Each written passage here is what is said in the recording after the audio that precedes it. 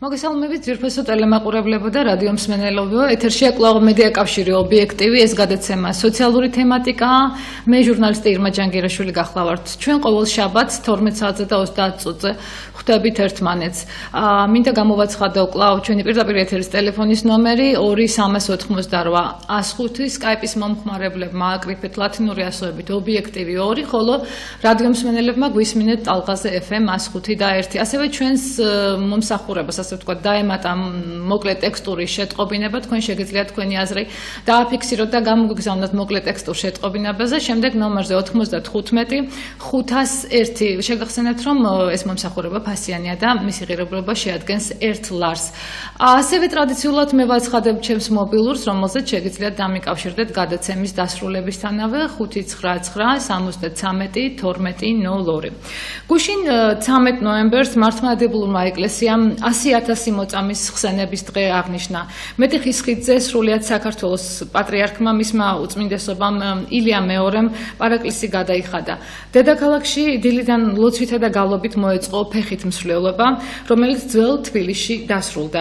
100,000 მოწამის მადლი და ძალა შეეწიოს ჩვენს ქვეყანას ღმერთმა ინებოს ქართველთა ერთობა, ურთიერთპატივისცემა და ურთიერთგატანა. ასევე გუშინ 13 ნოემბერს ტრაგიკული ფაქტი მოხდა პარიზში. 80 ადამიანი ემსხვერპლა ტერორისტულ აქტს. ბატალკანის საკონცერტო დარბაზში შეიარაღებული თავდასხმელი შეიჭრა და ათეულობით ადამიანი მძევლად აიყვანა. ასევე პარიზის ბარებსა და რესტორნებში 5 სხვადასხვა ადგილას შეიარაღებულმა თავდასხმელებმა მოქალაქეები ხელაღებით ჩაცხრილეს და საფრანგეთის უსაფრთხოების სამსახურმა მხოლოდ 8 თავდასხმელის ლიკვიდირება მოახერხა. საფრანგეთმა საგანგებო მდგომარეობა გამოაცხადა. პარიზში თავდასხმების შედეგად სულ მცირე 150 ადამიანია მოკლული, მშვიდობიანი მოქალაქე და პარიზის ტერაქტებზე ბატონებო პასუხისმგებლობა ისლამურმა სახელმწიფომ აიღო. თანაგზნობას უცხადებთ ფრანგ ხალხს და ვიზიარებთ მათ უსაზღვრო მწუხარებას ამ საშინელი მომხდარი ფაქტის გამო.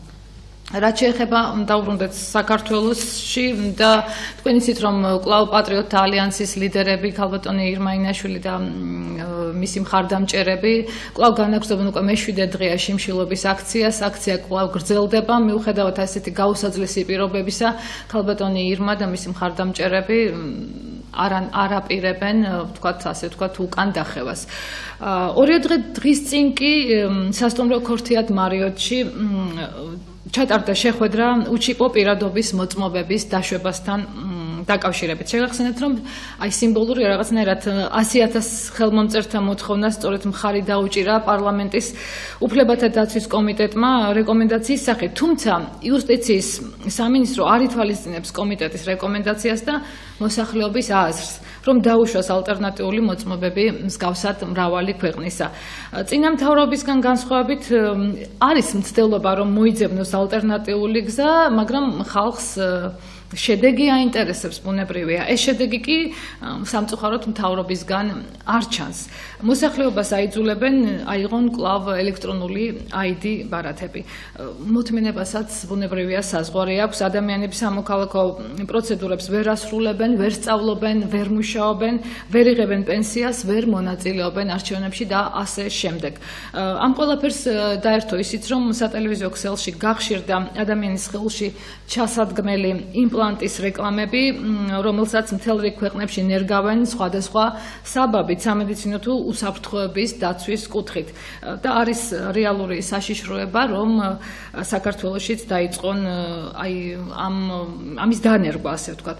აი სწორედ ამიტომ ჩვენი დღევანდელი გადაცემა შეეხება აი ამ ზემოთ მოყვანილ საკითხს და ჩვენი სტუმრები არიან 100,000 ხელმომწერთა ორგანიზატორი მართლმადიდებლური კრებულიდან ბატონი ზაზა ნანობაშვილი, წმინდა გიორგის კარატისტთა ჯგუფის პედაგოგი სტიქაროსანი ბატონი კახაბერ კაკაბაძე და რუის-ურბნისის ეპარქიის დეკანოზი მამა გაბრიელ ჩადუნელი.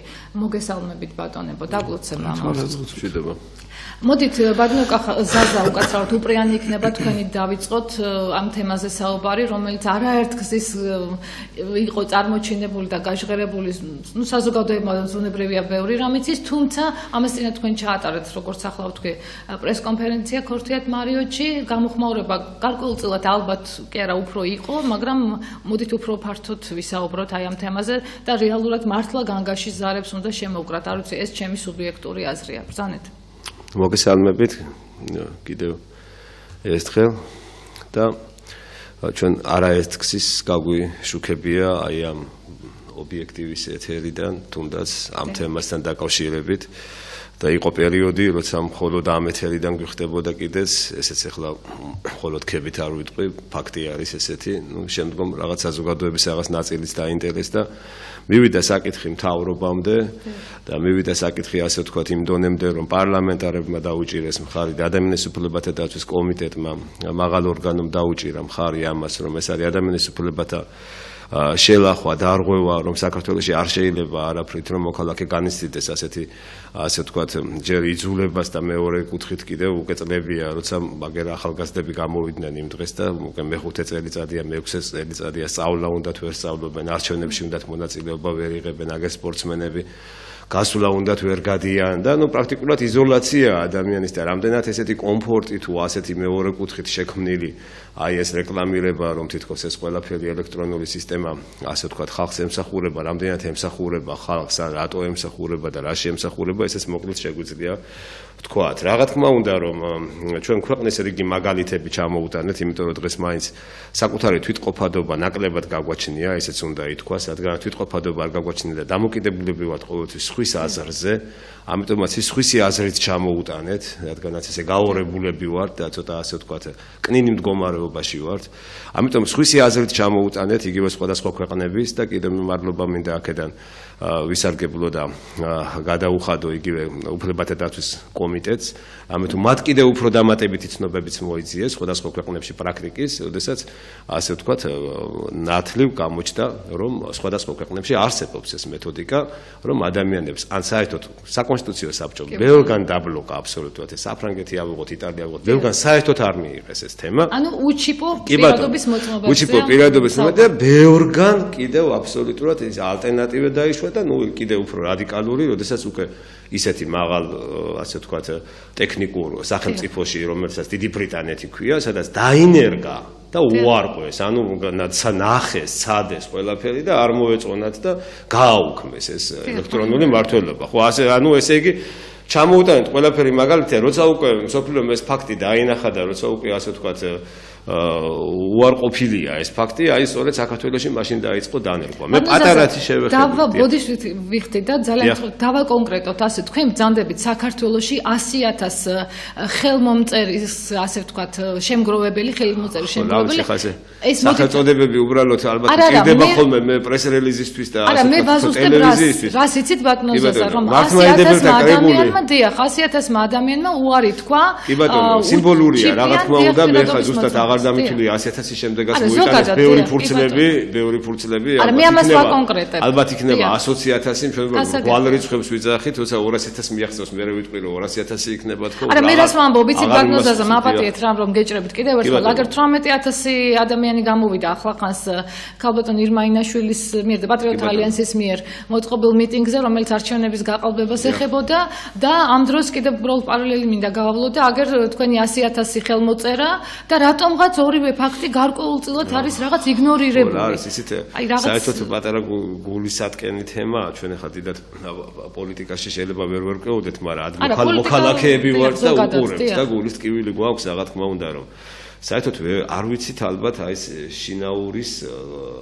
მღვდელსო ესე შენდობას ვითხოვ, ხო, არ ვიცით ალბათ აი ამ შინაურის გაფრთხილება რა. მე მახსოვს ახლა უბრალოდ ჩვენ რა თქმა უნდა ჩვენი გულის ტკივილით ვაკეთებდით ამას ყველაფერს იმ წინა მთავრობის პერიოდში და თუ საჭირო იქნება ამავე გულის ტკივილით გავაგრძელოთ. თქვენ ორივე მთავრობის პერიოდში იბრძოდით, წინა მთავრობის პერიოდშიც და ახლაც. არა, ნუ ამ მთავრობის პერიოდში რა თქმა უნდა არის განსხვავება, მე კიდევ ვიძახი ახლა, ნუ ახლა რაღაცა გამოჩნდა ყოველ შემთხვევაში მთავრობაში ხელმოსაჭიდი, მაგრამ ჩვენ ეს ამას არანაირად რომ ამით დავკმაყოფილდეთ ეს რა თქმა უნდა ამით ეს არ მოხდება უბრალოდ რა თქმა უნდა იმასაც ვითვალისწინებთ და ალბათ ჭრეტავთ იმას რომ რაღაცეები შეიცვალა მაგრამ ეს ამდენად საკმარისია იმისთვის რომ ჩვენ გვაინტერესებს შედეგი და არა ვთქვათ მაგალითად რაღაცა თეატრალური დადგმები ხო ამიტომ ჩვენ შედეგზე ვართ ორიენტირებულები თან ქართველი ხალხი რომელიც უკვე გაწამებულია და ამ შედეგს ელოდება უკვე ამდენი წელიწადი და ალბათ იგივე ამ თქვენ რომელიც თქვით ეს პოლიტიკური ჯგუფი ადამიანები რომლებიც მახსოვს გვერდში ედგნენ იბრძოდნენ ალბათ მეტი გაფრთხილება ჭირდებათ ადამიანებს რომლებიც გვერდში ედგნენ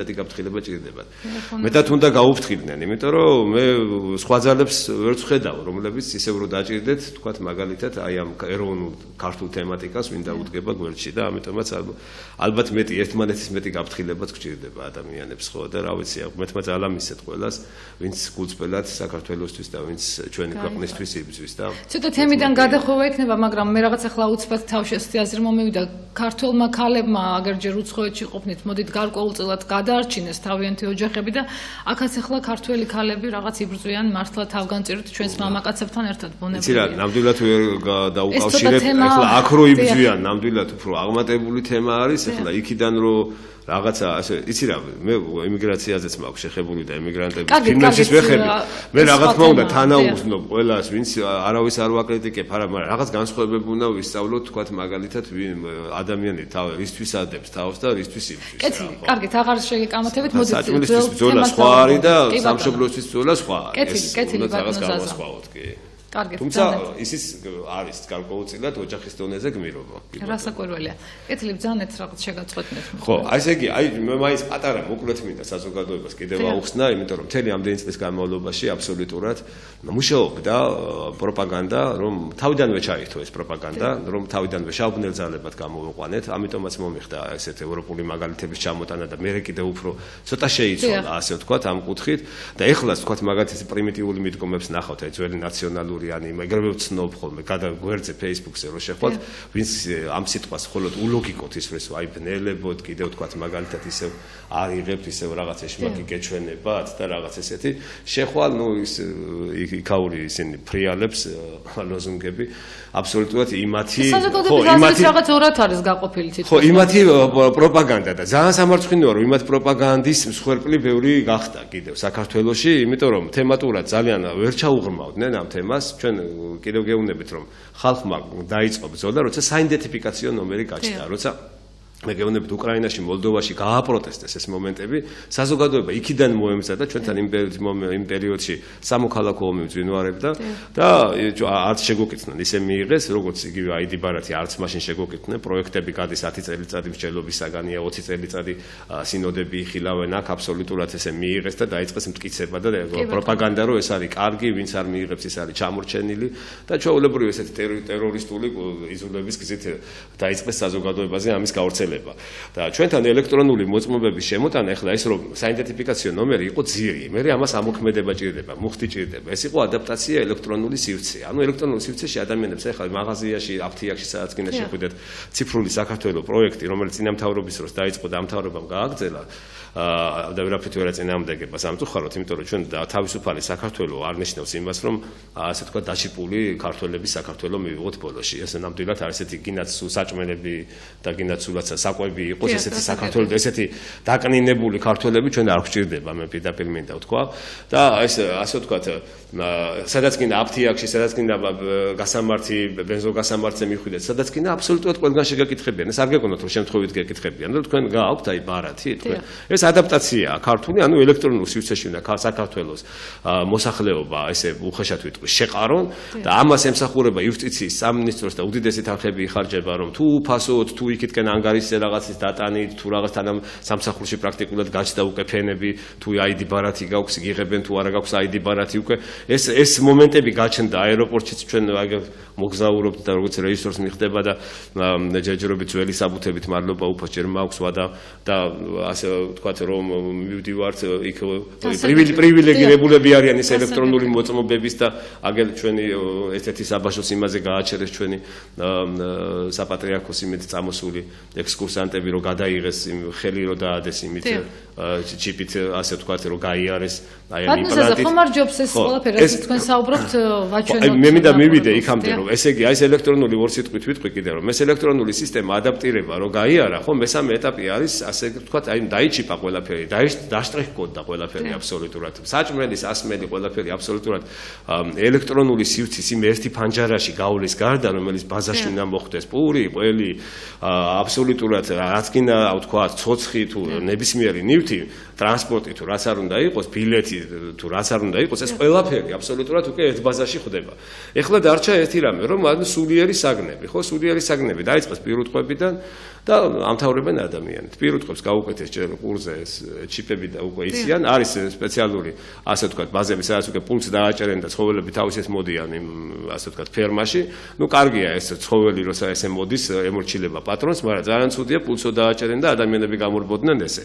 და მე ერთი პატარა მომენტის მქონდა საუბარი მთავრობის ცოტა უფრო ისეთ წარმომადგენლებთან და იყო საუბარი რომ აიო ჩვენ სახელმწიფოსო და ეთქვენ რომ ტერორიზმის ერთ-ერთი გამოყენებადი იქნება დღეს ერთ-ერთი კი აი ამ კუთხით საუბრობენ რომ ტერორიზმი კი ერთ-ერთი სამედიცინო კუთხე იქნება გამოყენებადი ეს 2013 წლიდან ამერიკაში დაიწყო ეს ყველაფერი იმპლანტის ჩადგმა სხეულში ანუ ბოლო ობიექტი ეს არის ადამიანი უნდა ჩაერთოს ელექტრონულ სივრცეში და პულტირებული გახდეს ადამიანი და მე მითხრეს ასე ვთქვათ პატარა მაგალითი მოვუყვანეთ ამაზე სამი მომენტი იქნება გამოყენებული ეს არის ჯამთელობა ანუ სამედიცინო კუთხით და ჩვენ ერთი რამეც უნდა ვიცოდეთ რომ ეს ჯამთელობას გვეუბნებიან რომ ჯამთელობის ელემენტებთან კავშირში არის ეს იმპლანტი ესე იგი ჯამთელობის გაუყუმართებასთანაც იქნება კავშირში და დღეს ძალიან კეთილად აღჭურვილები არა ვართ ადამიანები ომი მიმდინარეობს თელ სოფლიოში თანაც ოდესაც ეს ყველაფერი ერთ ბაზაში გროვდება და ერთი რაღაც სისტემით იმართება მეორე მომენტი ის რომ ტერორიზმი იქნება გამოყენებული, ეს წინასწარ იყო, ეს ადრევე იყო, 10 წლის წინ იყო კიდევ, რომ ტერორიზმი,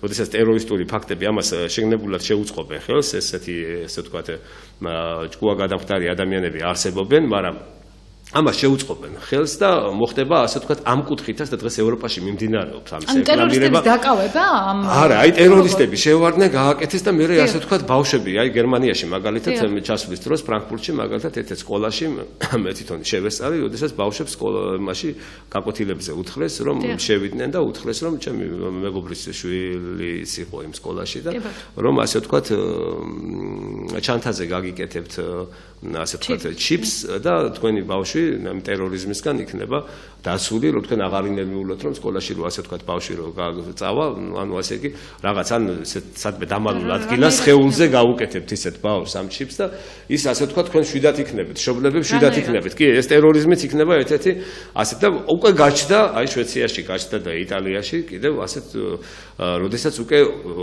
აღარც ირიბად პირდაპირ როგორც პირადობის მოწმობის სახით შემოდის ქვეყანაში. ანუ რომელ ქვეყანაში რა ნიადაგი აქვთ მომზადებული იმის მიხედვით აკეთებენ. აი მე მინდა ეს ვიდეო. ეს არის ოფიციალური ვერსიები, იმიტომ მე სპეციალურად ტენდენციური არ წამოვიღე რომ ეს დროშით შეზღუდულები ვარ და ასე რომ მოდით გავუშვათ ფირი თუ შეიძლება.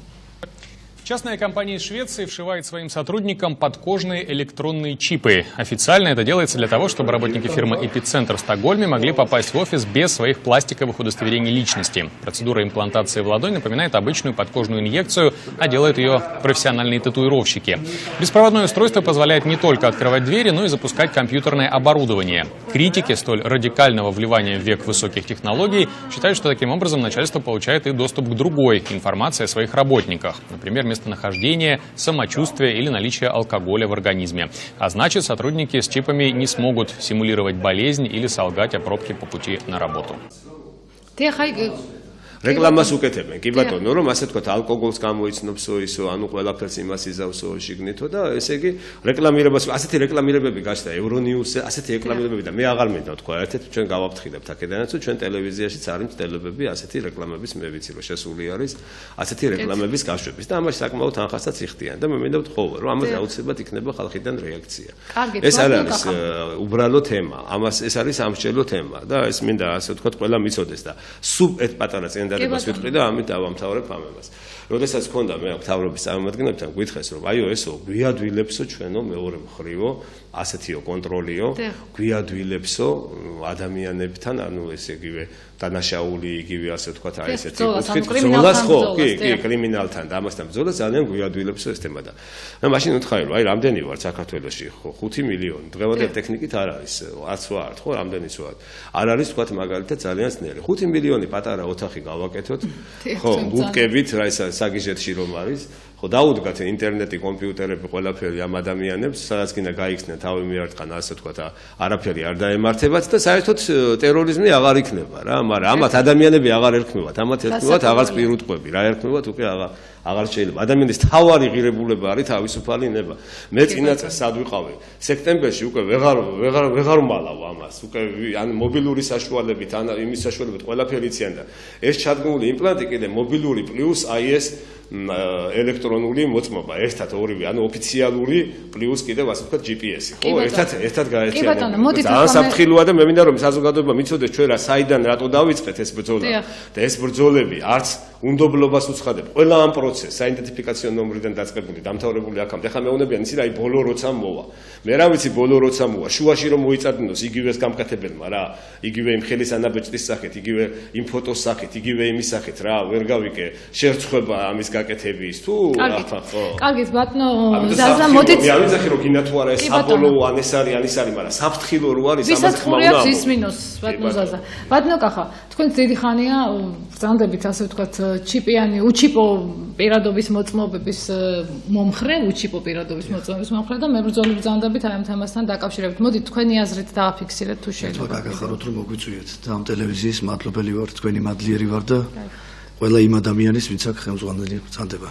მართლმადალოცვის ადამიანები ვინც იქ შიმშილობს გააძლიეროს და იმ სულისკვეთებით ქრისტეში დალოცოს მე ახლა მინდა შევუერთდე აი თქვენი მოსწავლეები ვერ მიდიან საზღვარგარეთ ვერ იღებენ ტურნირებში საერთაშორისო ტურნირებში მონაწილეობას ახლა მოგახსენებთ ძალზედ სამწუხარო ფაქტია ბავშვები შეჯიბრებაზე ვერ დადიან მე ისეთი აზრი მუსირებს რომ იმ ფედერაციის ბავშვები დადიან აი სომხეთში თქვათ ევროპაში და ჩვენები ვერ დადიანო და რის გულისთვის ევროპის ჩემპიონატი იყო სოფლიო ნიჭიერი იყო ბერლინში უნდა წავსულიყავით დაპატიჟებული ვიყავით მაგრამ ვერ წავედით და საკმაოდ სერიოზული მოწაფეები გყავთ კარგად ჯვარისწერია ღვთისწყალობით უწვდესის კურთხებით და არსებული ჯგუფია და ყველაფერი ისე მიდის როგორც უფლის დაშვებითაა და ნებით მე მინდა ბატონ ზაზას შევუერთდე იმ ტერორიზმთან დაკავშირებით ტერორისტულ აქტებს მე ვეცნობი ახლა ამ საკითხებზე მუშაობთ უკვე რამდენი წელია და თვითონ ის სპეცსამსახურები აკეთებენ გადაცმული მასკებში ნიღბებში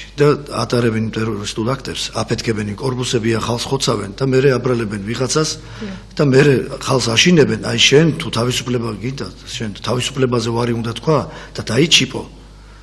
იმიტომ რომ ყველა გაგაკონტროლოთ, რა ვიცი თუ რომელია ტერორისტი და რომელი არაო და ეს არის იძლება, ეს არის ხალხის დაშინება და ხალხი მზად არის უკვე ამ ტერორიზმის შიშით, მზად არის რომ ის ჩიპი ჩაიდგან. ეხლა მე მინდა მოგახსენოთ ერთი საინტერესო რამ. რომ აი ეს ჩიპიზაცია ჩანს. მაგრამ ეშმაკი რის მზაკვარია, მან ევა რო შეაცდინა და ადამი რო შეაცდინა. მან ის კი არ უთხრა რომ თქვენ რო ჩაგბეჭთ ამ ვაშლს, ამ ნაყოფს, რომ იგემებთ, რომ დაიღუპებით და უკვდავებას დაკარგავთ და ტანჯვა-წამებით იცხოვროთო. პირიქით მან უთხრა იქნებით ვითარცა ღმერთიო.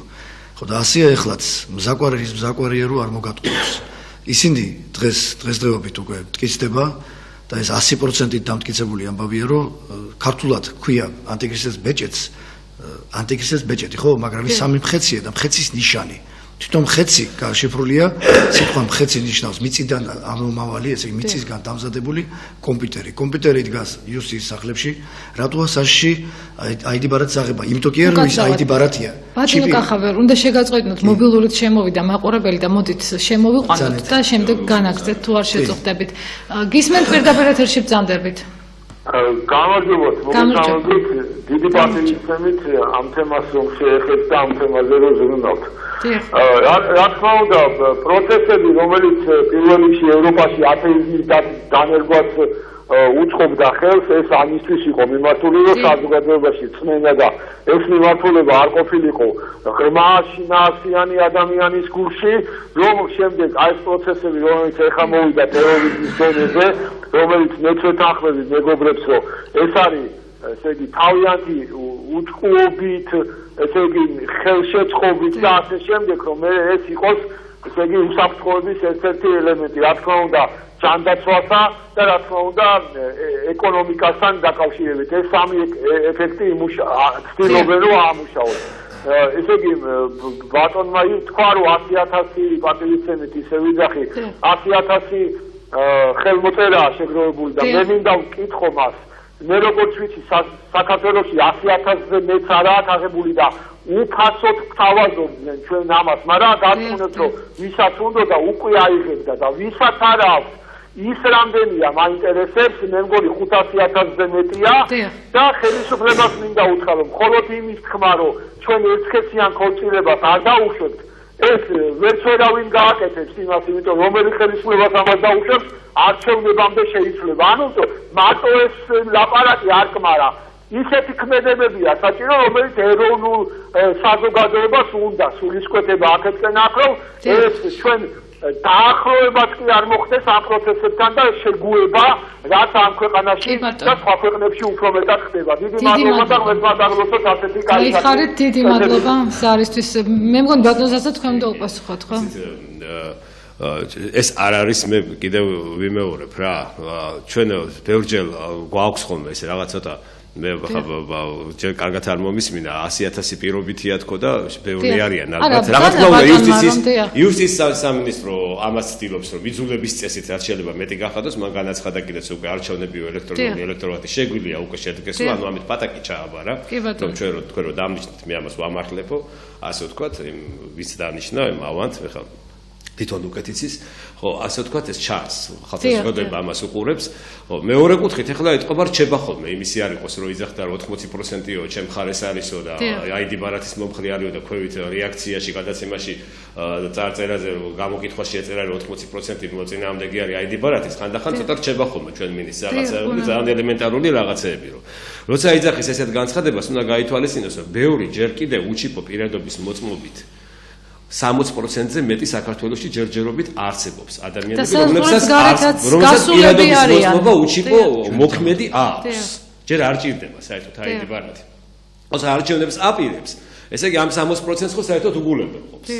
თუმცა ცდილობს ყველანაირი ხერხით, აი რომ მივიდეს და რაღაცა ასე ვთქვათ, მანქანად ჩამოიტანა ამის ნახლებმა და ქონდა პასპორტი, მაგრამ აი ID ბარათი უნდა ქონდე, თუ მოატყუეს ვიღაცა იმ იუსტიციის ორგანოებში, შიდა მიდითებები აქვთ, რომ ეს აბსოლუტურად შეასრულო.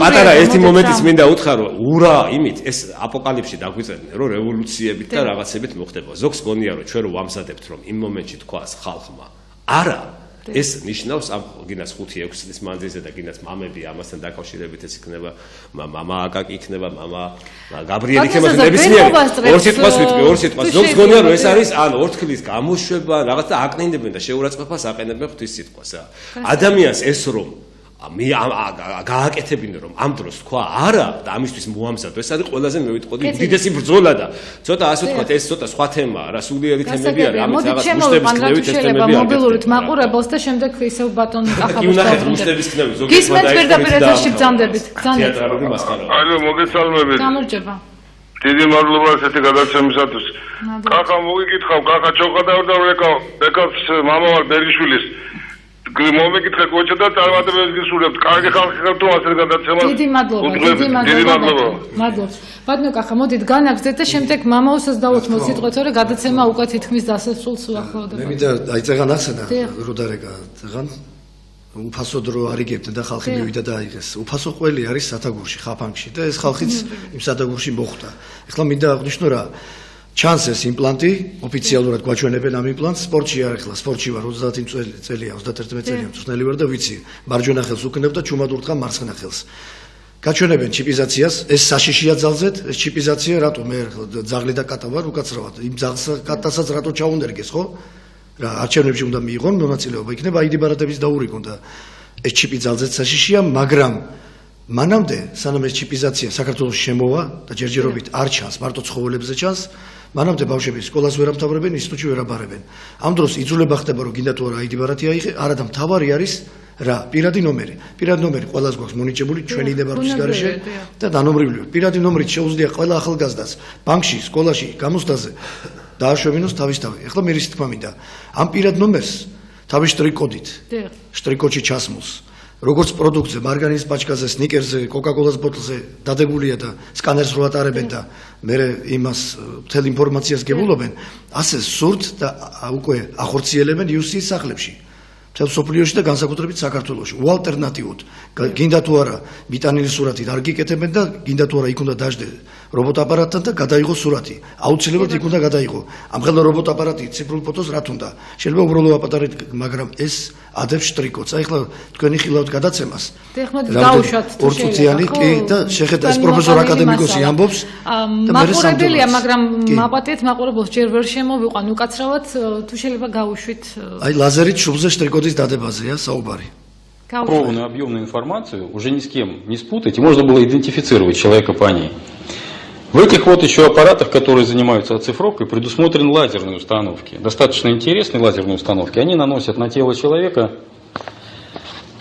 штрих-код на лоб, на лобную часть. Штрих-код наносят. Он в обычном оптическом диапазоне не виден, а виден только при помощи специальных приборов. Поэтому так вот все будут, мягко говоря, штрих-кодом этим помечены, и человек подходит, специальная аппаратура будет снимать штрих-код, то есть не обязательно будет даже показывать этот биометрический паспорт. Вам по телевизору рассказывают, уже стопами штампуют новые электронные паспорта.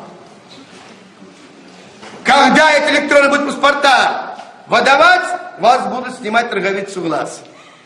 Когда будут снимать роговицу глаз, на лбу у вас будет стоять лазером, поставленное на руку, поставлено это начертание. И когда вы заходите сейчас в супермаркет и берете эту продукцию начертанную, там они сканером, вот это будет у вас на лбу, это уже будет печать антихриста. Наиболее скрываемая сторона вопроса – это процесс снятия биометрических данных, который будет проводиться на специальном оборудовании. Обычная фотография для таких документов уже не подходит. Лоббисты введения паспортов утверждают, что американское оборудование нового поколения уже завезли на территорию Украины. Существуют опасения специалистов, что под видом 3D-сканирования лица будет проводиться лазерное маркирование лба невидимой человеческим глазом меткой.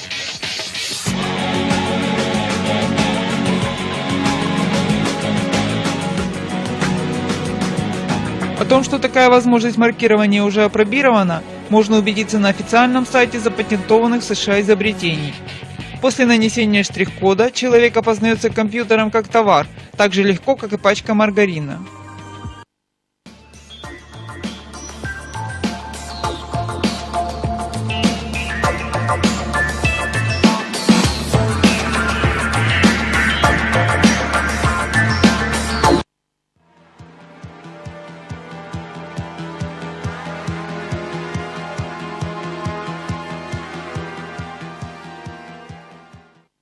Handheld biometric devices make it easier to authenticate identity for security purposes beyond the confines of a facility. The Iris on the Move RapidCam 2 handheld biometric system allows users to quickly enroll and identify subjects at a distance anywhere in the field. The rugged self-contained device can capture dual iris and face images simultaneously. Operation is easy and requires. Сам по себе этот образ нужен постольку-поскольку. Надо что? Провести верификацию или связать карточку с человеком посредством цифрового идентификатора. Вот этот цифровой идентификатор в виде штрих-кода и будет, вероятнее всего, наноситься во время вот этой процедуры на лоб человека. Что мы получаем в результате? Мы в результате получаем очень простую ситуацию. Когда человек с начертанием, получив это начертание, согласно откровению апостола Иоанна Богослова, верующие люди знают, о чем я говорю, этот человек окажется под полным влиянием системы, под полным влиянием тех сил, которые с ним провели эту манипуляцию по его же сознанию. Этот человек потеряет свободную волю распоряжения собой. Ни много ни мало. Технические аспекты, духовные аспекты, все это уже не имеет значения. Просто не имеет значения. Если интересно, об этом очень подробно написано в Священном Писании, что именно начертание будет нанесено. Вот именно это начертание, необходимость в нанесении этого начертания, техническая необходимость, с точки зрения безопасности необходимость. Вот именно вот эта необходимость полностью обусловлена и созданы абсолютно все предусловия для ее нанесения. Скажите, ее будут наносить или нет? А что мешает? Давайте поставим, а что мешает ее нанести это начертание? Что? После этого система получит полный контроль над человеком, над ее волей получит контроль. Вот. А если человек сам собой не распоряжается, ну, дальнейшее уже все теряет всякий смысл. Просто все теряет всякий смысл. დიდი მადლობა ბატონო კახა მე მინდა მადლობა გითხრათ ამ კადრებისთვის უბრალოდ ერთ რაღაცას ვიტყვი მაყურებელს და მსმენელს მინდა ბოდიში მოუხადო რუსულ ენაზე გავიდა და ინგლისურად დიახ უბრალოდ საქმე იმაში გახლავთ შემოძვირფასება რომ ახლა შემოვიდა ეს მასალა უცბად და თარგმანი ვერ მოვახერხეთ მომიტევეთ უკრაინის ტელევიზია მაჩვენებდა ოფიციალურად ზარია მაგრამ მაპატიეთ ცოტა ხნით ვერ შემოგიყვანთ თუ შეიძლება იმიტომ რომ მამა გაბრიელს აუცილებლად უნდა დაუთმოთ სიტყვა მამაო მე მეჩვენება რომ მეჩვენება კი არა ზოგადად ესეა რომ რაღაც ეს სულ შემაძრწუნებელი კადრებია, რომელიც ბუნებრივია, რაღაც რეალობაა, რომელიც ძალიან თუნავს გარკვეულწილად. მაგრამ ერთი ესეც არის, საზოგადოებაც ორად არის გაყოფილი. თუ მეჩვენება რომ ეკლესიაშიც აზრი ორად არის გაყოფილი, არის მამაები, რომლებიც ასე ვთქვათ, კურთხევას აძლევენ, არ ვიცი, როგორ თქვა, ჩიპიანი პასპორტების აღებაზე და არიან მამაების კატეგორია თქვენსავით, რომლებიც სასტიკი წინააღმდეგი არიან და აფრთხილებენ მოსახლეობას თუ რა საშიშროების მომტანია ჩიპიანი პასპორტისაც თუ შეიძლება. ერთმა გაგახაროთ და ერთმა დაგლოცოთ. უბრალოდ ყოვლისა სანამ რამეს ვიტყვი, დიდი მწუხარებით მინდა აღვნიშნო რაც მოხდა საფრანგეთში და ჩემის მხრივ წუხარება გამოთქვა იმ უდანაშაულო ადამიანების გარდაცვალების გამო და ყოველი ძალადობა ეს არის მიუღებელი ადამიანებისთვის, მაგრამ ამავდროულად ვისაც ხელეწიფებათ ის რომ აღკვეთონ ეს ძალადობა, მათ მე ვფიქრობ რომ მოდუნებული აქვთ ყურადღება. ახლა რაც შეეხება ჩვენს საჭირბოროტო საკითხს და ამ ესე ვთქვათ ყბადაღებულს ბოდიში ამ გამოთქმაზე, იმიტომ რომ უკვე რამდენი წელია ჩვენ ამაზე გვიწევს ბრძოლა წინა ხელისუფლებიდან დაწყილი დღემდე გაგრძელებული, მაგრამ ჩვენ დასაუბრეთ, თუმცა ბატონმა ზაზამ გააჟღერა რომ ამ ხელისუფლების დროს იყო არის რაღაც პატარა ძვრები და მადლობა ამისთვის იმ ადამიანებს, რომლებიც ყურად მიიღეს ესა და ეს არის ეს გახლავთ ადამიანის უფლებათა დაცვის საპარლამენტო კომიტეტი, პირადად გახლდით, მე ვეცრებოდი ამ საკითხის განხილვას და იქ საჭირო იყო 5-6 ხმა, მაგრამ გახდათ 22-23 დეპუტატი, რომელსაც ერთხმად თქვენს რომ აუცილებელია დაეშვას ალტერნატივა ამას წინ უძღვის სინოდის გადაწყვეტილებაც, სადაც წერია რომ მიუხედავად ადამიანებში გაჩნდა აზრდა სხვადასხვაობა და ამიტომ ეთხოვს ხელისუფლებას რომ დაეშვას ალტერნატივა, მაგრამ დღემდე ჩვენ შედეგი არ მიგვიღია. ეხლა რაც შეეხება ადამიანებში და საზოგადოებაში განსხვავებულ აზრს, ეს მათი აზრი არის. ჩვენ არავის ჩვენ აზრს არ ვახვევთ. ჩვენ გავეცანით სინოდის კინოტის გადაწყვეტილებას 20 წლიან კვლევებს, რომელსაც დადის დასკვნა, რომ ეს ადამიანების თავისუფალების წართმევა ისიწვევს ადამიანებს ემოქმედებას, ასე შემდეგ და ეს დოკუმენტები ჩვენ გვაქვს, არაერთხელ იქნა ამაზე საუბარი, არაერთხელ შევიკრიბეთ ჩვენ, გუშინ წინათ შევიკრიბეთ და შესაბამისად კონფერენცია გამართეთ ამაზე, მაგრამ ეს ადამიანების პირადი აზრი არის. თქვენ მოგეხსენებათ რომ როცა ნოემ კიდობნის აშენება დაიწყო, მაშინაც განსხვავებული იყო აზრი და ნოეს დასწინოდნენ ამაში, ხო? ანუ რა არის, რისი თქმა მინდა რომ სიმართლე გაივლის ამ ეტაპს, ხო? ეს არის რომ ჯერ დასწინიან სიმართლეს, მერე ფეხქვეშ გათელავენ და საქმეზე რომ იდგება, მერე უკვე დააფასებენ ამას. აი ჩვენ რეალობის წინაშე აღმოჩნდით, ხო? იყო ჯერ საუბარი იმაზე რომ შემოვიდოდა ჩიპიანი პირადობის მოწმობები, ამაზე ეს პროგრამა შემოვიდა ჩემო ბატონი ზაზა ამაზე დიდი ხანია შრომობდა ჩვენც გვერდით ვედექით და დაგწინოდნენ ამაზე რა დროს ეგარი დღესაც ისე გამოდის თითქოს ჩვენ რაღაცა ფანატიკურად მოაზროვნე ადამიანებად ბოდის მოუხდი ყველას, მაგრამ ეს ფანატიზმი კი არ არის. ეს არის საკითხის უფრო ღრმად შესწავლა. ჩვენ აი ამ საკითხს შევისწავლეთ და ეხლა თუ რომელიმე სასულიერო პირი აძლევს თავის სულიერშვილს კურთხევას და მე მინდა თქვა რომ ეხლა მოძღვართან მიხვიდა და უთხრა რომ აიდი ბარათი ავიღო მაკურთხე, მე მგონი ეს არ არის ნორმალური, ეს უფრო ბრმამორჩილებას გავს ვიდრე შენ პირად აზრს. შენი აზრი აიღე და მოაიღებ, მაგრამ აქ შენ კითხვის ნიშანს სვავ და მაინც გეპარება ეჭვი იმაში რომ შენ რაშია საქმე და თუ მოძღვარი გაკურთხეს, მაშინ პასუხისგებლობას იხსნი და მოძღვარს აკისრებ იმას. ანუ შენ ცოდვას კიდევ მოძღვარს. ვიდაც უნდა იმან აიღოს, ეს მათი პირადი აზრია, მაგრამ მე ჩემი შეხედულება მაქვს. არავის არ ვახვევ ჩემს აზრს, არავის არ ვეუბნები რომ შენ აიღებ და რაღაცა მერე ვიღაცა იტყვის რომ აპა იმ ადამიანებმა რა ქნა მშივრები რო არიან, მათი აზრია ეს. უნდათ აიღონ, უნდათ მოაიღებენ, მაგრამ მე ამ შემთხვევაში რომ განსხვავებული აზრი მაქვს, ნუ კი მომაკენებ შედარლოცილებ შეურაცხყოფას. მოდი და შემეკითხე, მამაო, აქ რა ხდება? რატო ხდება? მე დაუდებ აგერ 20 წლიან კინოტის მას რა ქვია, გამოკვლევებს და შესაბამისად ამდენი ხანია რომ ამაზე ვიბრძვით, ბუნებრივია ადამიანმა კითხვა უნდა დასვას. კაცო, ეს ხალხი არ ჩერდებიან ასია. აბატონო, მივედით ჩიპიზაციამდე. მივედით ხელში იმპლანტის ჩაყენებაზე, იცით რა შეა საქმე? ის იმპლანტი, რომელიც ადამიანის სხეულში ჩაუდგება, ადამიანის სხეულში არსებული ენერგიით უნდა იკვებოს მან. ეს იმას ნიშნავს, რომ გონებრივ დეგრადირებას გამოიწვევს ადამიანებისას. და ცხოველები ხო არა ვართ? ეხლა უკვე დაიწყეს თბილისში, რომ ძაღლებს ჩიპავენ. რატომ? ამდენი ხანი ძაღლები არ არსებობდა? ეს ხო უბედურება? ადამიანის ყველაფერი ის, რაც ადამიანს თავისუფალ ნებას ართმევს და ადამიანს რაც ღმერთს აშორებს, ის ყველაფერი ჩვენთვის მიუღებელია და ჩვენ დღემდე ვაპროტესტებდით, ამის იქითაც გავაპროტესტებთ მანამ, სანამ არ მიიღებენ ამას ყურამდე და შესაბამისად არ გაითვალისწინებენ იმ 100,000 ადამიანის ხელმოწერას. ჩვენ გუშინ ვიდღესასწაულეთ და ღმერთმა მოგცეს ის ძალა, რომ მათი მადლი და მათი კურთხევა გარდამოსულიყოს ქართველ ერზე. 100,000 მოწამეზე მაქვს საუბარი. მათ ისტორიაში ქნეს. მათ ზეციური საქართველოს შექმნეს. და რომ წარმოიდგინეთ ერთ-ერთი რომ მისულიყო მოძღვართან და ეთქვა: "მამაო, თქვენ როგორ მაკურთხეთ? წავიდე მე ჯალაც, თავი მიუშვირო და არ შეურაცხო ხატი." იქ მაშინ სულიერი სწავლება იყო.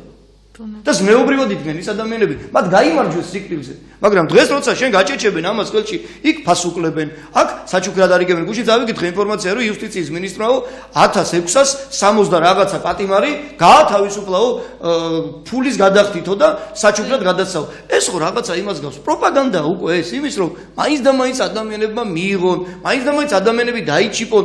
ანუ საით მიდის ყველაფერი? მიდის ერთმართველობისკენ. ვინ არის ამ ერთმართველობის თავში შემდგომ უკვე არჩეულ მეფეთ, რასაც ჩვენ უკვე გვასწავლეს ამ გამოცხადება, ეს არის ანტიქრისტე, ხო?